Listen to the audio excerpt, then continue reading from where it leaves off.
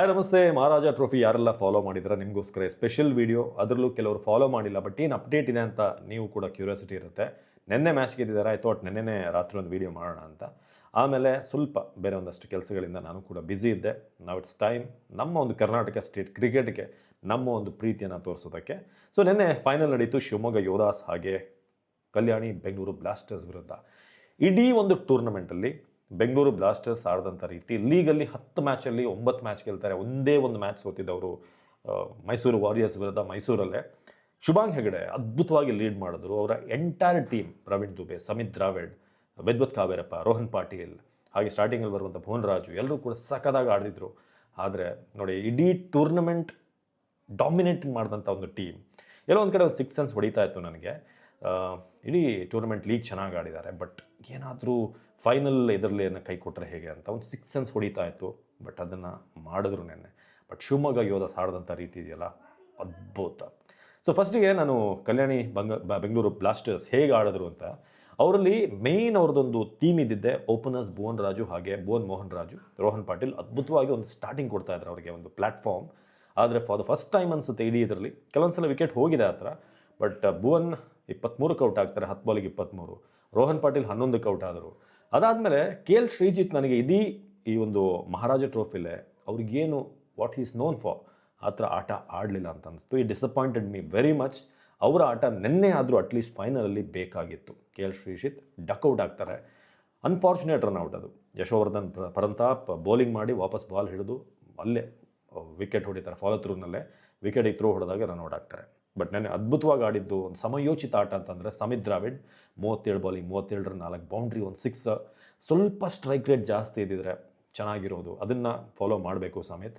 ಶುಭಾಂಗ್ ತುಂಬ ಟ್ರೈ ಮಾಡಿದ್ರು, ಅದಕ್ಕೆ ಕೊನೆವರೆಗೂ ಅಂಥ ಒಂದು ಅವರಿಗೆ ಬ್ಯಾಕಪ್ ಸಿಗಲಿಲ್ಲ ಆ ಕಡೆಯಿಂದ. ಪ್ರವೀಣ್ ದುಬೆ ಎಲ್ಲ ಮ್ಯಾಚಲ್ಲೂ ಆಡಿ ಈ ಸಲ 12 ರನ್ನಿಗೆ ಔಟ್ ಆಗ್ತಾರೆ. ಹಾಗೆ ಶಿವರಾಜ್ ಕೂಡ 11. ಬಟ್ ಕೊನೆಯಲ್ಲಿ ಬಂದಂಥ ಫೈಜನ್ ಖಾನ್ 8 ಬಾಲ್ಗೆ 29, ರೋಹನ್ ನವೀನ್ 8 ಬಾಲ್ಗೆ 25. ಎಲ್ಲೊಂದು ಕಡೆ ಇದು 150 ಕೂಡ ಕ್ರಾಸ್ ಆಗಲ್ಲ ಅಂತ ಅನಿಸ್ತಾ ಇತ್ತು. ಬಟ್ ಟೋಟಲನ್ನು 185 ತರ್ತಾರೆ. ಅದರಲ್ಲೂ ರೋಹನ್ ನವೀನ್ ಲಾಸ್ಟ್ ಓವರಲ್ಲಿ ಅಭಿಲಾಷ್ ಶೆಟ್ಟಿಗೆ 4 ಸಿಕ್ಸ್ ಹೊಡೆದಿದ್ದು ಸಕ್ಕದಾಗಿತ್ತು, ಒಂದಕ್ಕಿಂತ ಒಂದು. ಸೊ 185 ಆದಮೇಲೆ ಶಿವಮೊಗ್ಗ ಯೋಧಾಸ್ಗೆ ಇದು ಟಫ್ ಆಗುತ್ತೆ ನಾನು ಅಂದ್ಕೊಂಡಿದ್ದೆ. ಯಾಕಂದರೆ ಅವ್ರ ಕಡೆ ಕೂಡ ಬೌಲಿಂಗ್ ಚೆನ್ನಾಗಿ ಮಾಡಿದ್ದಾರೆ ಇಡೀ ಒಂದು ಟೂರ್ನಮೆಂಟ್ ನೋಡಿದಾಗ.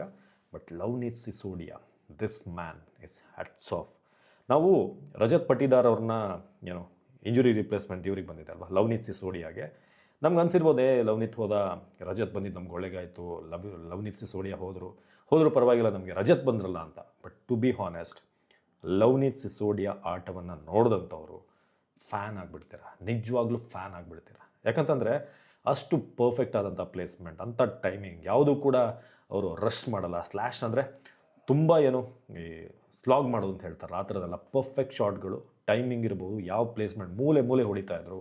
ಈ ಹುಡುಗ Lavneet Sisodia deserves to be a very in a good franchise and good opportunity. ಗೊತ್ತಿಲ್ಲ ಅವ್ರಿಗೆ ಯಾಕೆ ಅವಕಾಶಗಳು ಸಿಗ್ತಿಲ್ಲ ಅಂತ. KKR ಏನೋ ಇದ್ದಾರೆ ಅಂತ ಅನ್ಕೋತೀನಿ, if I am not wrong. But 45 ಬಾಲಿಗೆ 87 ರನ್ ಸಿಂಗಲ್ ಹ್ಯಾಂಡೆಡ್ಲಿ ಮ್ಯಾಚನ್ನು ಈ ಕಡೆ ಎಳ್ಕೊಂಡು ಬಂದರು ಶಿವಮೊಗ್ಗ ಕಡೆಗೆ.